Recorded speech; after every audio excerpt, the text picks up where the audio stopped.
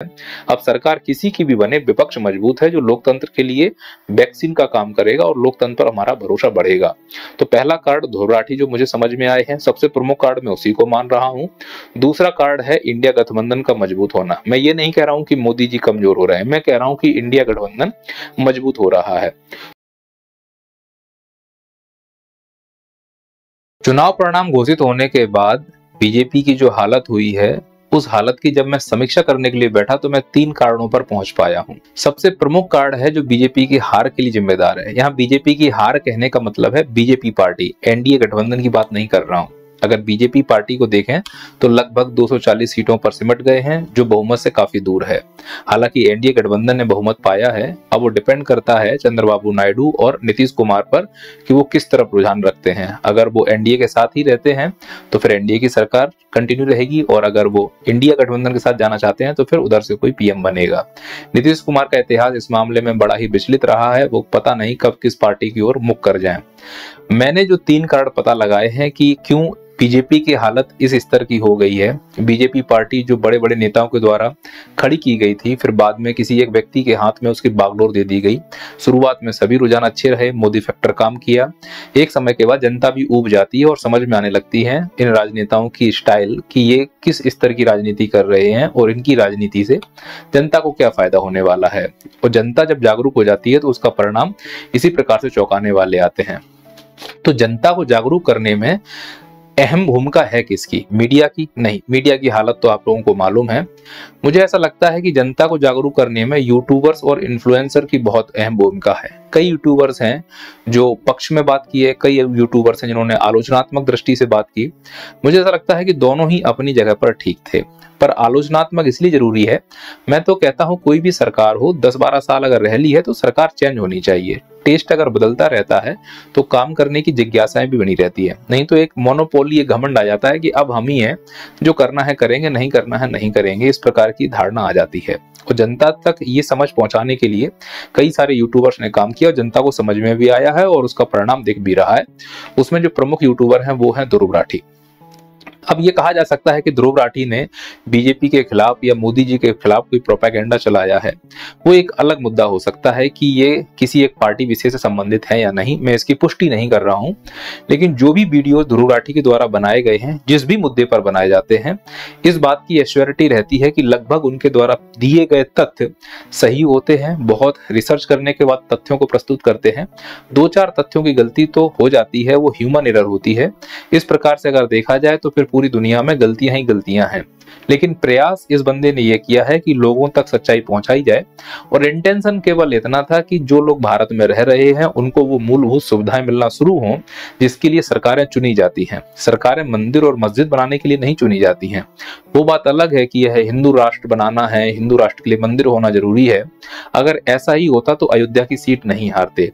लोगों को अब समझ में आने लगा है कि हमें आवश्यकता रोजगार की है, हमारी गरीबी दूर करो, हमें अच्छा स्वास्थ्य दो, अच्छी शिक्षा दो, मंदिर मस्जिद हम खुद बना लेंगे, और वो हमारा स्वतंत्रता है, हमारा खुद का अधिकार है कि हमें किस भगवान की पूजा करनी है और कैसे करनी है, कितने बड़े मंदिर और कितने छोटे मंदिर में करनी है।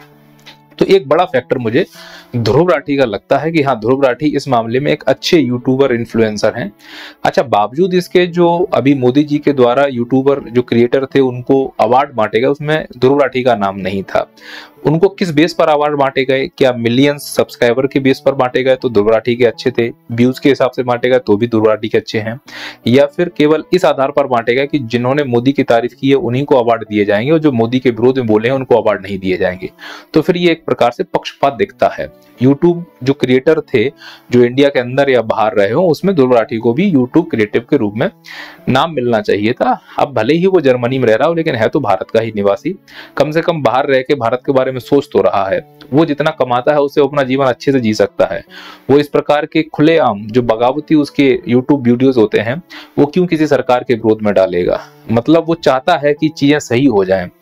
वो और भी अन्य प्रकार के कंटेंट बनाकर बनाकर वीडियो से पैसे कमा रहा था। उसका खुद का ब्लॉग है, उससे भी पैसे कमाता है और भी उसके कई धंधे होंगे, पर वो चाहता है कि लोग जागरूक हों, खासकर भारत के लोग जागरूक हों। वो और भी अन्य देशों के लोगों को जागरूक करने का काम कर सकता था, लेकिन जहां उसका जन्म हुआ है, जिस भी कंडीशन में हो, प्रयास तो कर रहा है और ये हम सब भारतीयों को करना चाहिए था।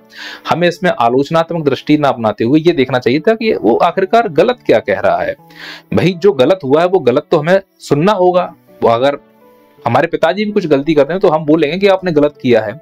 तो इस मामले में मैं मानता हूं कि ध्रुव राठी ने जो भी इनिशिएटिव लिया था यूट्यूब के माध्यम से लोगों तक बात पहुंचाने के लिए, लोगों तक सच में बात पहुंची है, बिल्कुल सटीक बात पहुंची है। किसी प्रकार का मैनिपुलेशन मुझे नहीं दिखा है। जिसको लगता है उसके दिमाग में ही मैनिपुलेशन है। यदि किसी को लगता है कि ध्रुव राठी विरोधी है तो ये केवल वही सोच सकता है जो किसी का समर्थक होगा। भाई आप मुझे अगर किसी का विरोधी मान रहे हो तो आप किसी के समर्थक होंगे ना।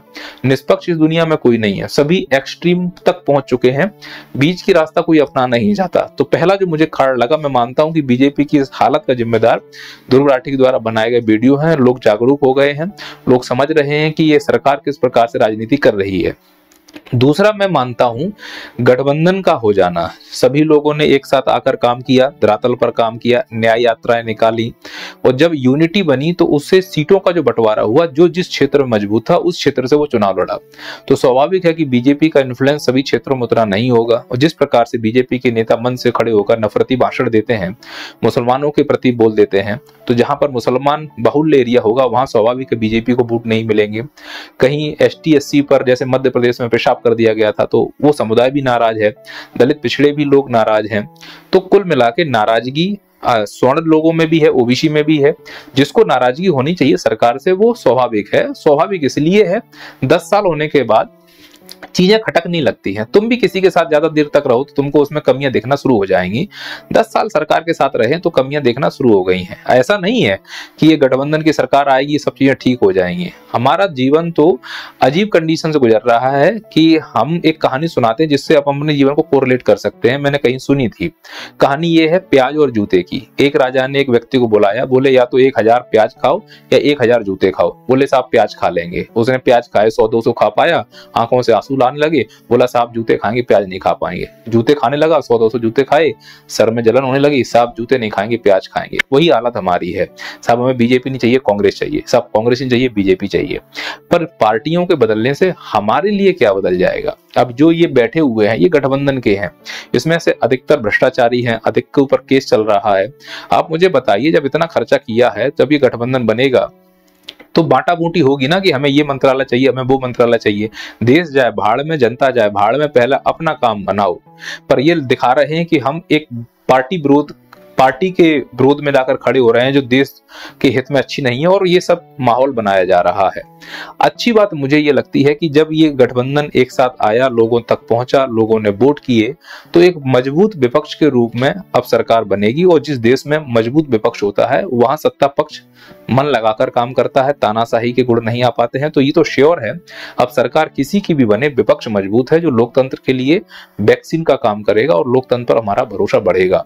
तो पहला कार्ड ध्रुव राठी जो मुझे समझ में आए हैं, सबसे प्रमुख कार्ड मैं उसी को मान रहा हूं। दूसरा कार्ड है इंडिया गठबंधन का मजबूत होना। मैं ये नहीं कह रहा हूं कि मोदी जी कमजोर हो रहे हैं, मैं कह रहा हूं कि इंडिया गठबंधन मजबूत हो रहा है। और तीसरा सबसे प्रमुख कार्ड है अपने ही पैर पर कुल्हाड़ी मार लेना।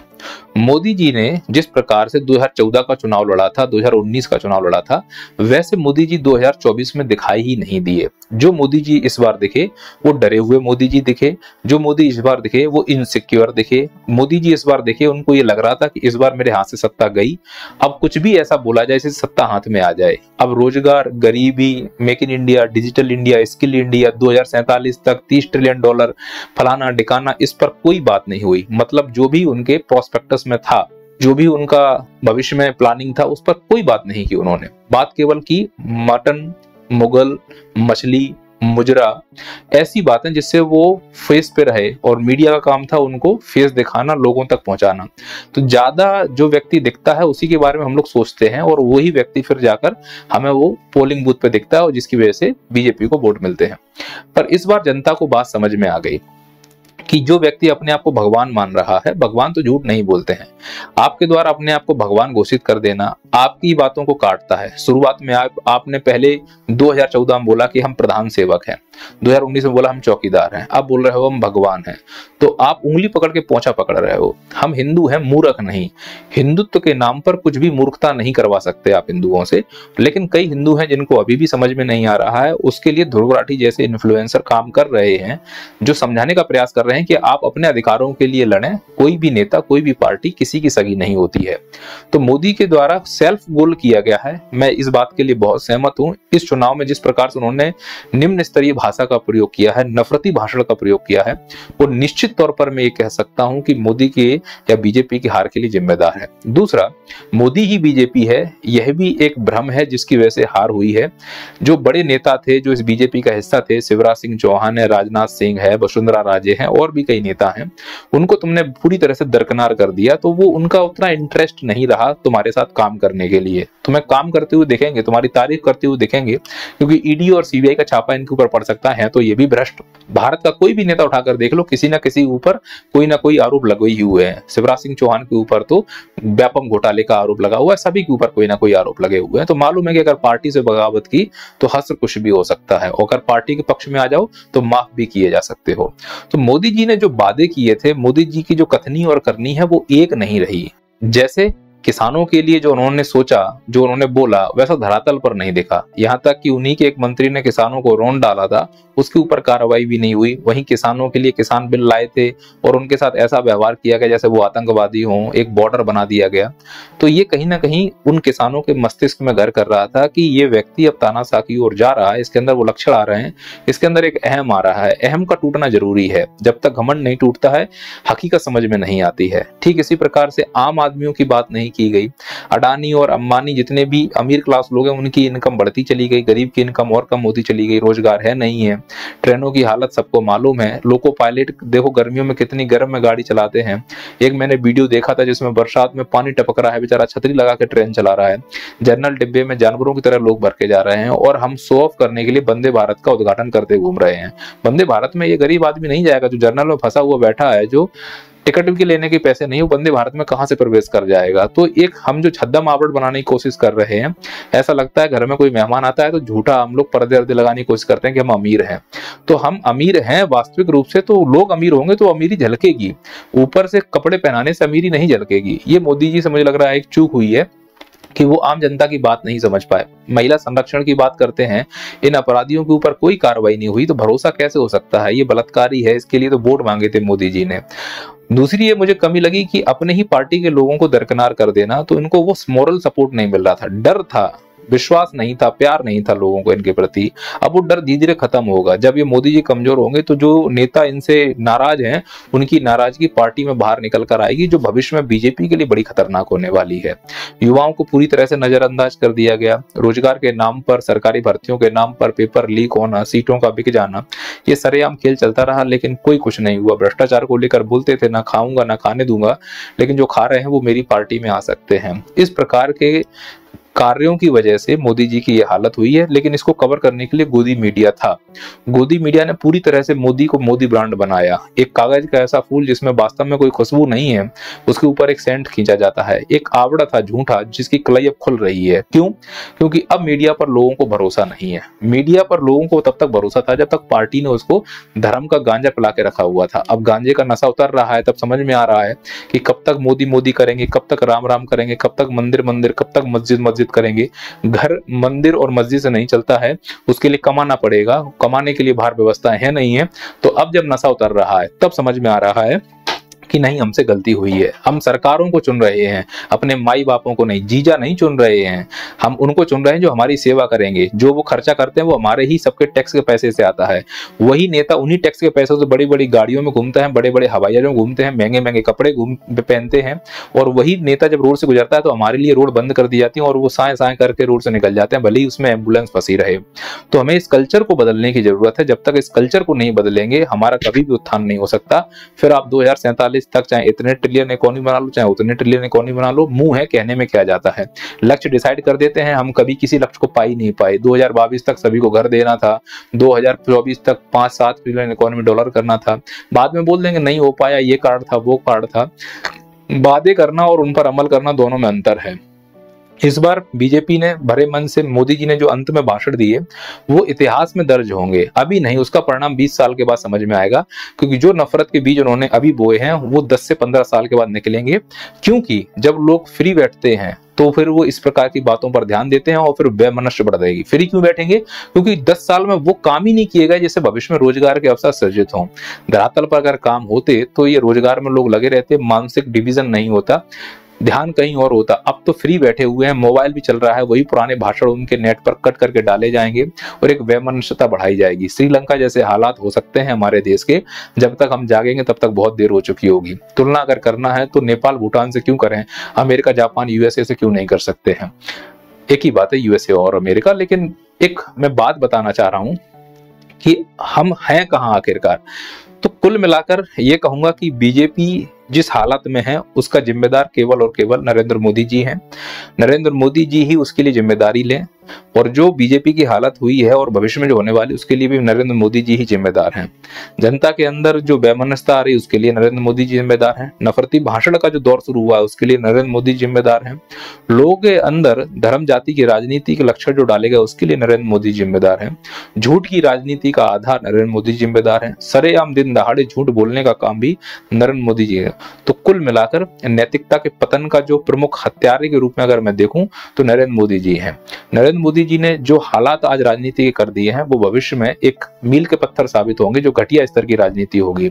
लोकतंत्र में जो हमारे आजादी है वो आजादी शायद अब कुछ हद तक संरक्षित रहेगी क्योंकि विपक्ष मजबूत हो रहा है, लेकिन मीडिया अब अगर नहीं जागी तो ये देश धरातल में जाएगा, रसातल में जाएगा, इसमें कोई दो राय नहीं है। इसीलिए आप सभी व्यूअर से मेरा ये निवेदन है, आप किसी भी पार्टी के हों, आप तर्क से सोचिए कि इन पार्टियों का समर्थन करने से आपको क्या मिलेगा। कोई भी पार्टी आपकी भली नहीं है, ये बात मैं श्योरिटी से बोल सकता हूं। कोई भी पार्टी आपका भला नहीं चाहती है। पता नहीं कब कौन सा नेता दल बदल ले अपने स्वार्थ हित के लिए। बड़े बड़े बंगलों में रहते हैं, बड़ी बड़ी गाड़ियों में चलते हैं, उनके लड़के लोग आते हैं, चुनाव लड़ते हैं और हम उनकी गुलामी कर रहे हैं। समझिए कि हमारे घर की स्थिति क्या है और उन लोगों के घर की स्थिति क्या है। इसलिए जागिए, जागना जरूरी है। कोई भी सरकार बनाए, विपक्ष मजबूत रहेगा, लोकतंत्र मजबूत रहेगा। बस हमें सरकारों से काम निकलवाना है। सरकार हमारी सेवक है, माई बाप नहीं। जय हिंद, जय भारत।